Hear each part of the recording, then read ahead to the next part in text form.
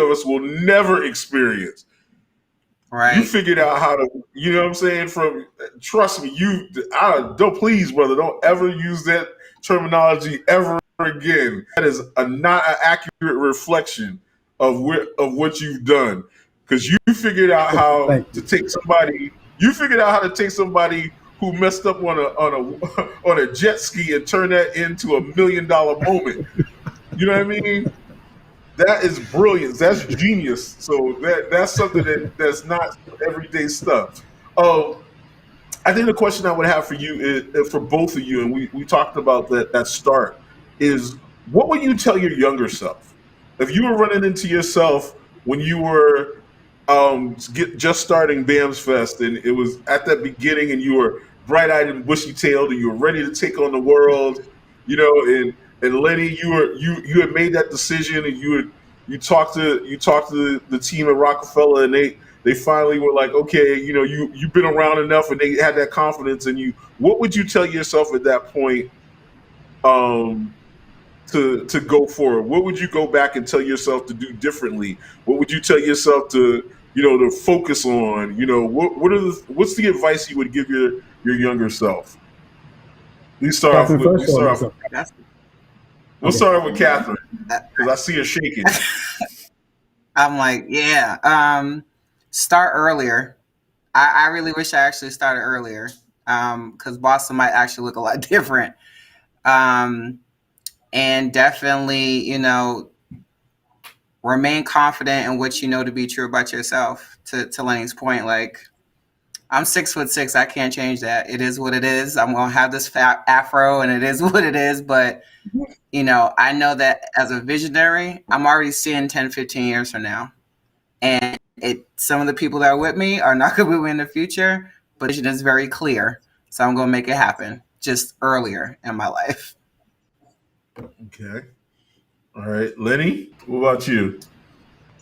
I really wish. I agree with Catherine. Confidence is one, right? I really wish I was confident earlier on in life. And when I say that, everything that I did, because like you just said, brother, like, you know, because I wasn't educated, I always felt like, things that were handed to me, or, the shots that I were given were like, where they were a chance, and they were a chance for me to prove who I was, but maybe I hadn't earned it yet or whatever. And maybe I was earning it along the way. Now that I'm at the age that I'm at and the experience that I have, I know I was earning it. But at the time, I was scared to become an A&R, not because I didn't want to make music, but because I hadn't done it before and I hadn't been properly trained or formally trained. You know what I'm saying? So I thought, oh, I didn't come from another label where I had 3 artists and I had success, so I can't be an A&R. Same with management. People came to me before I was a manager. People came to me all the time, was like, yo, Lenny has managed me. And I'll be like, what? I can't manage you? I didn't go to school. I don't know how to work numbers. I don't know how to do this. I don't know how to do that. And I went for so many years, doubting myself, not in the kind of way where, like, I'm walking around head down, like I can't do nothing, but just like, I don't want to mess up this artist's career. I don't want to mess up this artist's life. And if I don't have that, really, I didn't think I could be, Chris Lighty or Jay Brown or, any amazing manager out there. I didn't think I could do it until, like, my friends sat me down one day and was like, what are you talking about?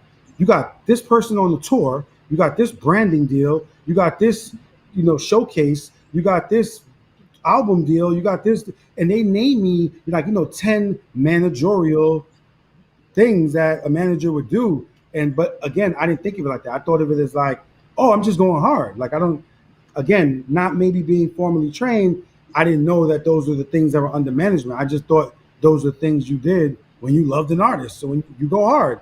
No, I didn't work in branding, but why am I going to wait for branding to do it?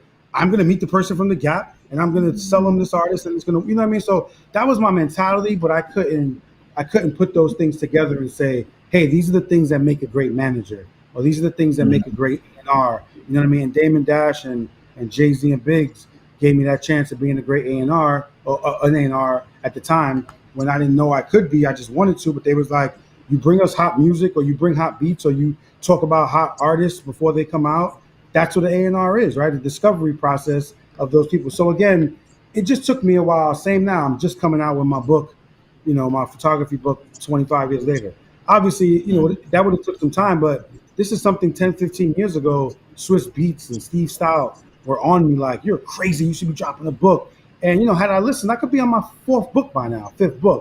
No regrets, but again, had I been more confident in myself, had I been more confident in the way that these kids are moving today, by the way that these kids are 22, acting like they have 35 years experience, which is amazing, is what's getting them. It's the same thing that's maybe getting LeBron more than Jordan got at the time he got it. You know what I mean? It doesn't necessarily mean who's better. It just means, you're getting way more knowledge and way more confidence and way more ambition at an earlier age or stage in your career that you can chase things that you actually fucking deserve. You know what I mean? And I do deserve a lot of these things earlier on, but the lack of confidence and lack of knowledge made me feel like I wasn't deserving. So that's something I would change, and that's something I instill in everybody today.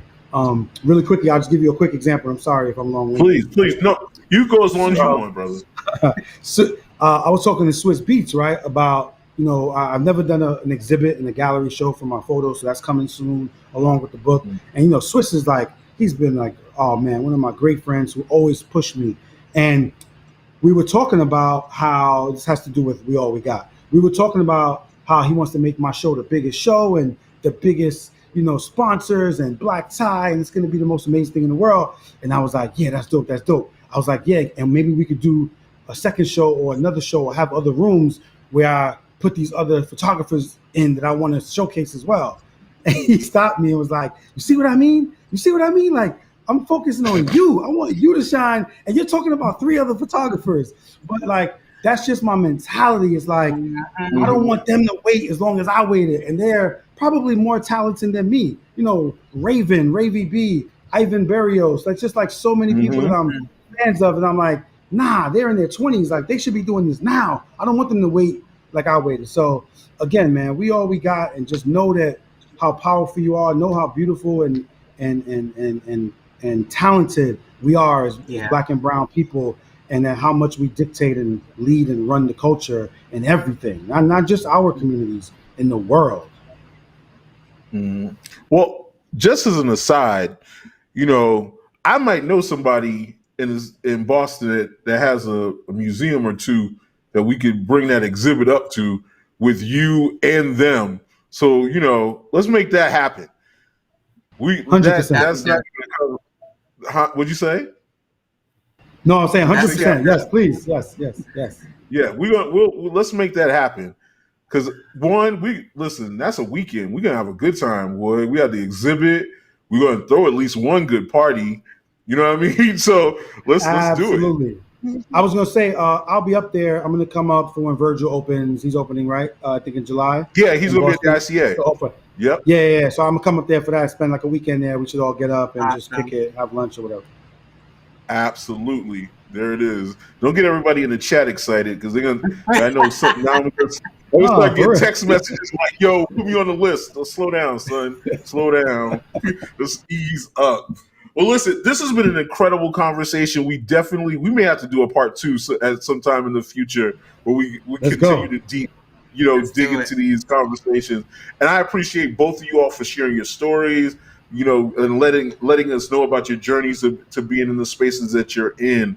And for the folks that are out there that are watching us, Artdacity is about these conversations on a regular basis, and we hope that you'll be coming back more and more and more for the future episodes. So, to my guests, Lenny S. and Catherine T. Morris, thank you both so much for joining us.